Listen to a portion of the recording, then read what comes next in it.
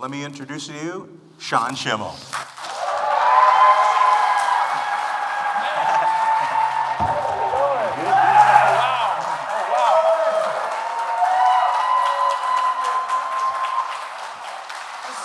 Wow. Oh, wow.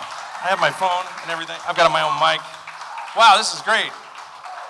Now, this is, I think, my first talk show ever. So I'm honored. I speak more to your agent than I talk to you. That's true.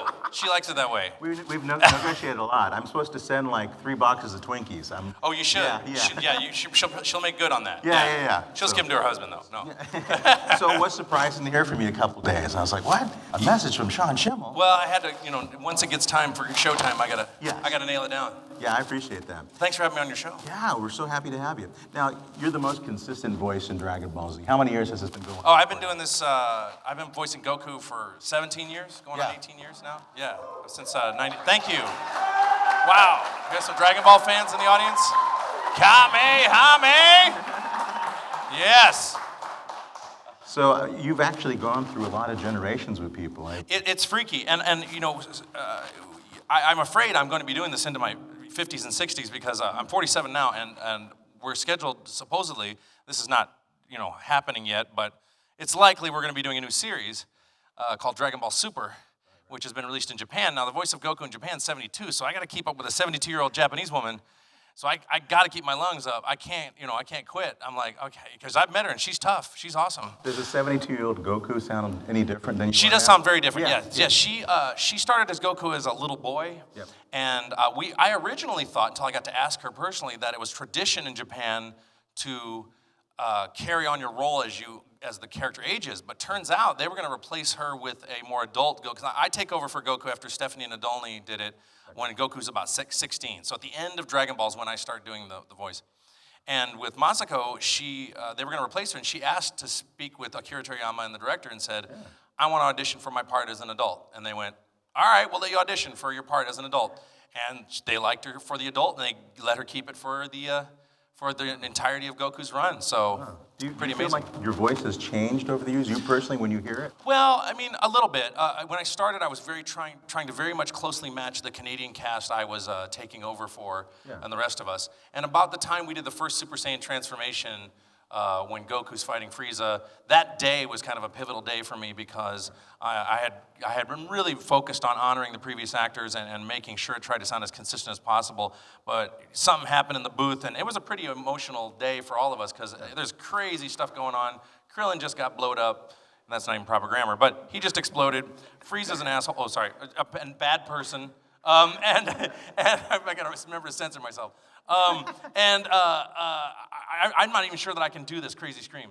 And Chris Sabat, the director, he doesn't even know if I can do it. And we did it, and then after that moment, I was just so charged. I was like, all right, this is mine now. I'm doing it my way. And so now, there is some leftover elements of the previous 2 Gokus in my style, but it's fundamentally mine now, particularly on Kai and Battle of Gods and Resurrection F, where it's really just my own thing at that point.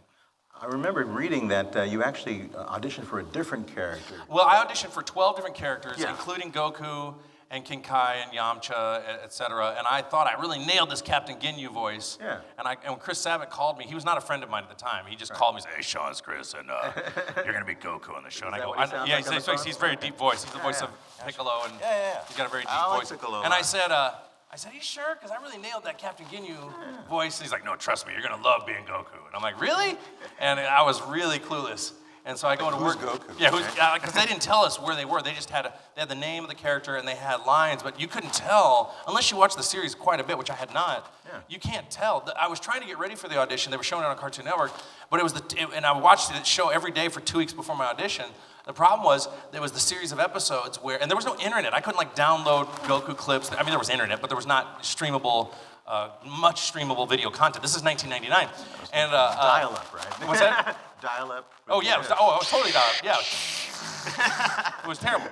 And I remember watching the show and thinking, that 2 weeks, I'm like, I'm never gonna get a part on this show because it's just Gohan and some green dude, and he's being abusive to a child in the forest and leaving this child Gohan in the forest and being a jerk to him, and then and then being nice to him sometimes. There's only 2 guys on this show. I'm not going to get a part. Yeah. I didn't know there was like a jillion guys on the show. You know, there's like so many people on Dragon Ball Z. So yeah, that's and then after about a couple weeks of recording, it dawned on me in one session when Chris told me, he's like, "You do realize you're the lead character on this show?" And I'm like, "No, I didn't. That's awesome." And I was like so Goku'd out about it. It was pretty stupid actually, but I mean, they thought it was funny. So I think when I was getting introduced to DBZ, I ended up liking Piccolo because I like purple. I'm a big Piccolo fan. Yeah, I heard that. Yeah. That's awesome. Well, he's all zen, and he's got cool moves, and he can grow body parts, and I don't know, I thought it was cool. Yeah. So how has your relationship with Chris evolved over the years? Chris and I, and he wouldn't mind me saying this. Chris and I are old friends,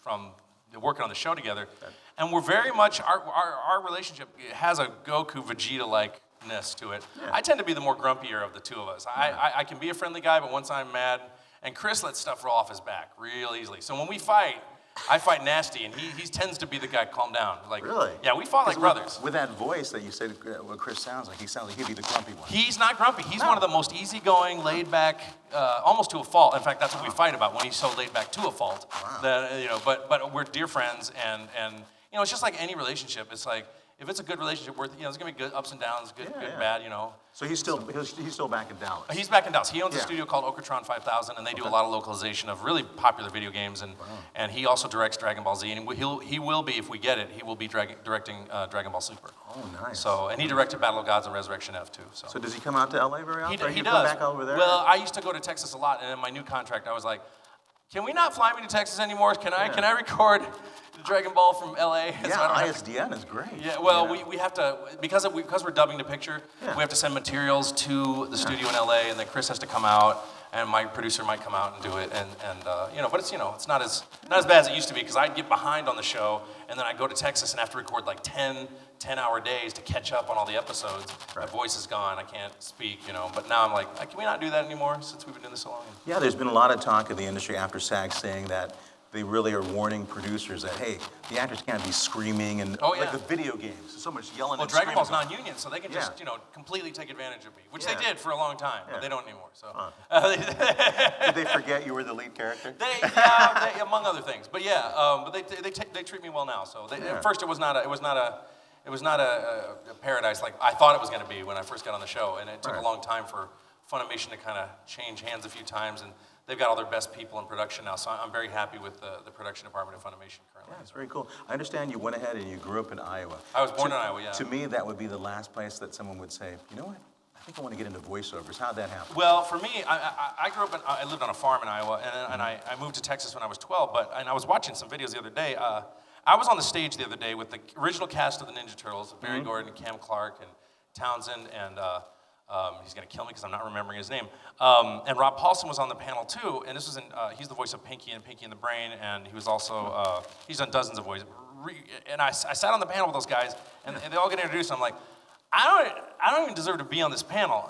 Case in point, my story starts off with, as a kid, being in love with like Rich Little's impersonations. Okay. He's such a master impersonator. If you ever get a chance to watch him teaching Jimmy Stewart how to do a Jimmy Stewart impression, it's comedy gold. It holds up so well. He's such a master impersonator. And I was fascinated by his ability to not only change his voice, but to change his spirit to the point where it was almost like some other person was inhabiting Rich Little's body. And I'm like, that's the coolest trick ever. I want to do that. Not realizing it was potentially Korean voice acting.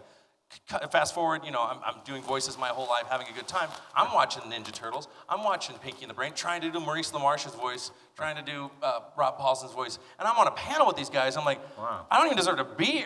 I was copying your guys' voices, now, and I've been doing this 17 years now. So those guys were all hugely inspirational for me. And it was a fascination with sound and a fascination with voices and just something that I was, good enough to be able to do. I mean, I didn't think I was very good at it until I was working in New York for about 4 or 5 years, and I was like, and every time I think I'm getting good at it, I'll just hear a Bugs Bunny cartoon and hear Mel Blanc, and I'm like, I got a lot of work to do. He's still the master. Are there other characters that you've done as well? I know you're. Well, I worked on all the previous incarnations of Yu-Gi-Oh, all the Pokemon, the previous incarnation of Ninja Turtles.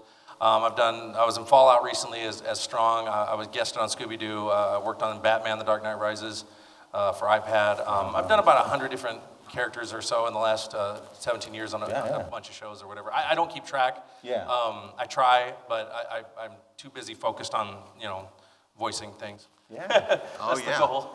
Yeah, to look at your IMDb, it was like, what? You just keep going on and Oh, on. And on. thank you. Yeah. That's surprising to me also. I tend to get lost in the work, and then I do, you know. Yeah. Then I do throw stuff. one other, so. We're gonna have you on another segment. We're gonna come great. back. We're come back with more Sean Schemmel. Thank you. Flores and Friends. Wow, thank you.